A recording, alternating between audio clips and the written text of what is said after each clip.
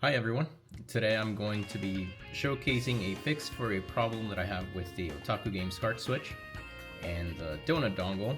So, problem comes from the mod that we've done here to add the Arduino Nano to spy on the active port of the OtakuGames SCART switch.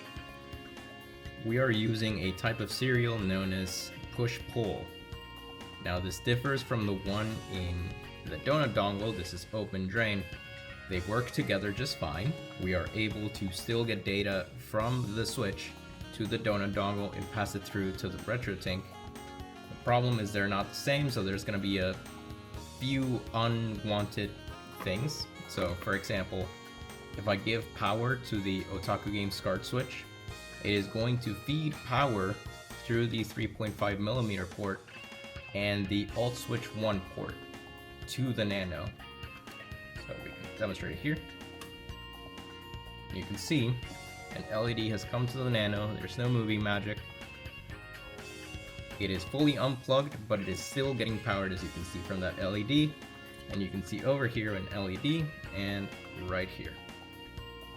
Now, this is also true in reverse. So if we unplug our switch and plug in our donut dongle, you can see there's a very faint LED here and an LED.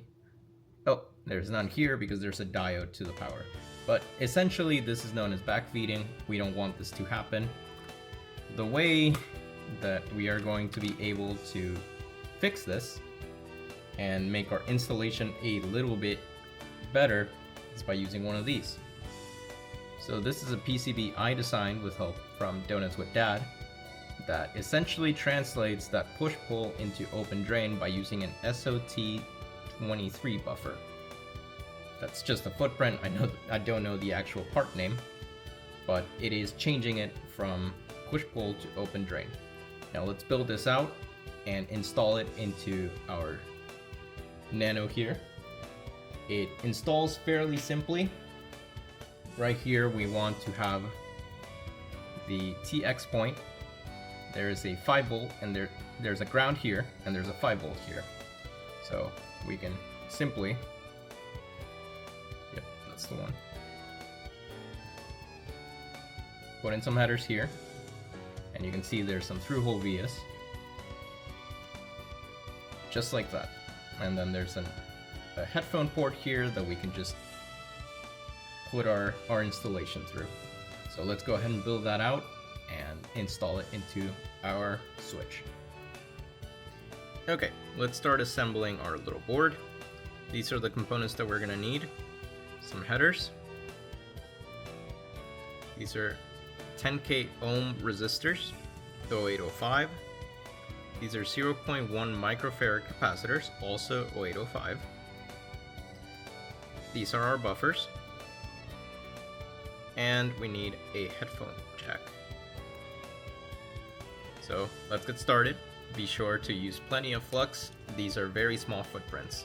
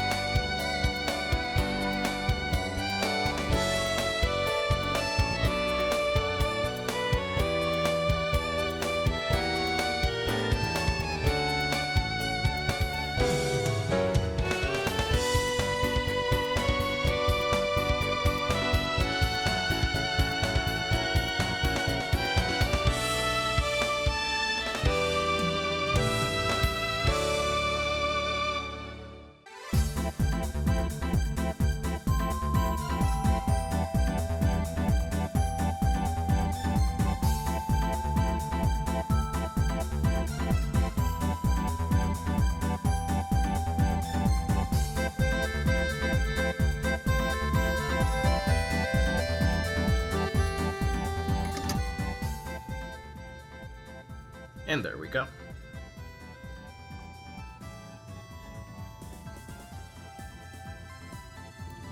Now let's go ahead and bring in our OtakuGames SCART switch. So we will have to remove first our headphone port over here. But mainly, the thing that we're going to be focusing on is getting rid of this ground wire and this TX wire. Perfect. So now we don't have an output. We don't need to worry. The thing that we need to worry about right now is getting rid of the solder in the TX point, since we're going to be using that through hole. We need to make sure it's clear and ready for our headers.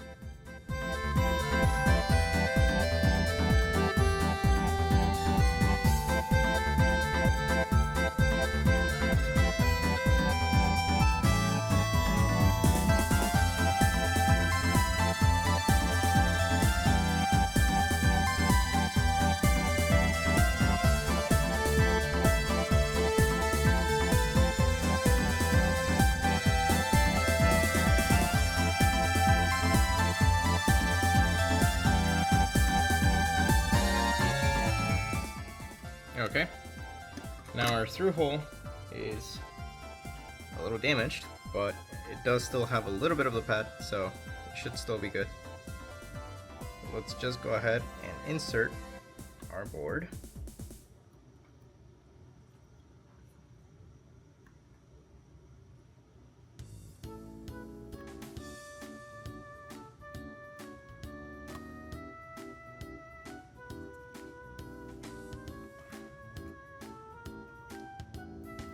There we go. Now all we need to do is solder it back on.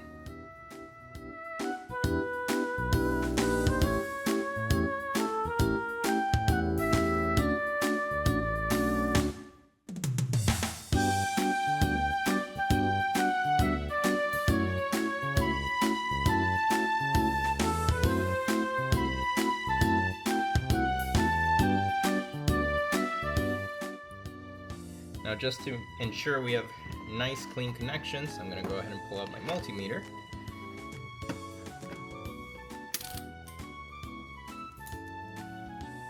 Put it in continuity mode. So we have our probes here. They will beep whenever you have continuity. So this is our 5-volt point, and we have a 5-volt pad right here. Perfect. This is our ground point. We have a ground pad right here. Keep in mind this is also the header that I'm touching. Cool. This is our TX point. This was a little bit iffy, but right here we're touching the pad, and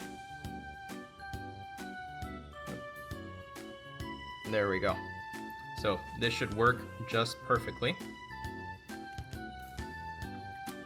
Let's go ahead and trim the legs off a little bit. We don't want them sticking out too far.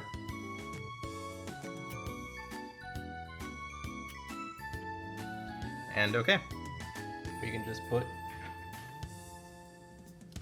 our cover back on, but first, our headphone jack is all the way inside. So what I'm going to be using is a male to female 3.5mm cable that just comes out right here. No fuss, no foul. And we can just, oh, backwards. There we go. So let's go ahead and test it out, see what happens.